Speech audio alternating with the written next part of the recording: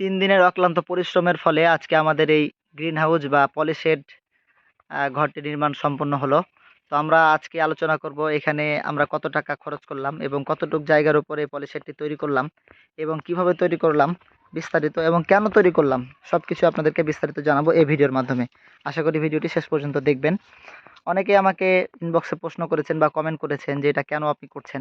তো প্রথমত আমি এটা কেন করলাম সেটারই আপনাদেরকে উত্তর দেওয়ার চেষ্টা করি। সেটা হলো যে আমি এখানে ছোট ছোট কিছু চারা তৈরি করার জন্য এই পলিশেডটা তৈরি করলাম। বিশেষ করে যেটা রাজশাহীর সজনা বলে বা 12 মাসে সজনা, সে সজনার অনেকগুলো চারার দরকার, আমার প্রায় 10,000 চারা দরকার। তো সেই চারাগুলো আমি এখানে তৈরি করব কাটিং থেকে আর কি। এই জন্য মূলত এই পলিশেডটি তৈরি করা হলো। এখন আমরা আসব যে পলিশেডটি কী দিয়ে তৈরি করা হলো।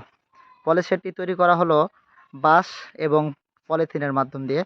বাঁশ আমার এখানে লেগেছে প্রায় 20টা। এক একটা বাঁশের খরচ লেগেছে 350 টাকা করে, অর্থাৎ 7,000 টাকার বাঁশ লেগেছে।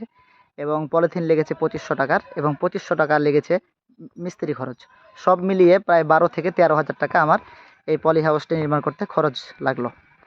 এবং এখানে আরেকটা জিনিস আপনাদেরকে দেখাই। অনেকে প্রশ্ন করছেন যে জায়গা কতটুক জায়গার উপরে এই ঘরটি নির্মাণ করলেন। তা আমরা এখানে জায়গা নিয়েছি আপনার দৈর্ঘ্যে হলো 40 ফিট মতো এবং প্রস্থে 15 ফিট মতো। এই জায়গাটুকুর উপরে আমরা এই পলিশেডটি নির্মাণ করলাম। এবং ভিতরে এই যে দেখেন বাঁশের বাতা দিয়ে উপরে বাতা দেওয়া হয়েছে এবং উপরে মোটা পলিথিন দেওয়া হয়েছে, যাতে করে বাতাসেও এগুলো নষ্ট না হয় বা অতিরিক্ত রোদ্রেও নষ্ট না হয়, বা নষ্ট হলেও যেন একটু দেরিতে নষ্ট হয়, অনেক দিন লাস্টিং করে। এইভাবে আমরা এটা নির্মাণ করলাম। এবং এখন আমরা চারোদিক দিয়ে এটার এই যে চারোদিক দিয়ে আমরা এখন পলি দিয়ে ঢেকে দিব, পলি দিয়ে ঘিরে দিব, যাতে করে বাতাস প্রবেশ করতে না পারে। ভিতরে যখন গরম অনুভব হবে তখন চারা তৈরিতে সহায়তা হবে। ভিতরে আপনাদেরকে একটু ভিতরটা দেখাই। এখন আমাদের উপরের কাজ সম্পন্ন হয়েছে, এখন আমাদেরকে নিচের কাজ করতে হবে। সাইড দিয়ে নালা করতে হবে এবং মাঝখানটা উঁচু করতে হবে। ওভারঅল আমি আপনাদেরকে দেখাচ্ছি, দেখেন ভিতরের অবস্থাটা এরকম। এখন অল্প সামান্য রোদ, তারপরেও কিন্তু ভিতরে অনেক গরম, আর এই গরমটাই চারা ফুটতে সহায়তা করবে। আশা করি আপনাদের সকলের প্রশ্নের উত্তর পেয়ে গেছেন।